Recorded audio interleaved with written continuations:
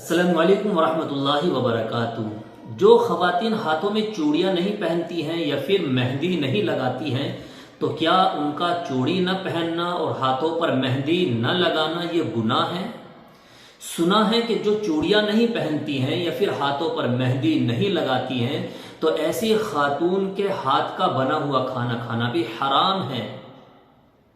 तो ऐसा तो नहीं है, ये आपका इख्तियार है, ये आपका सिंगार है, ये आपकी जीनत और खूबसूरती है कि आप हाथ में चूड़ी पहने, आप अपने हाथों पर मेहंदी लगा करके रखें, लेकिन ये फर्ज वाजिब नहीं है।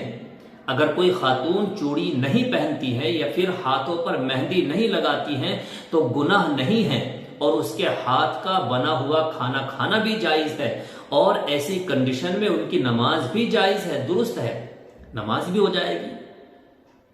हाँ, इतना जरूर है कि ये अमल अफजल है। चूड़ी पहनना, हाथ पर मेहंदी लगा करके रखना, ये अफजल अमल है, बेहतर है आपके लिए।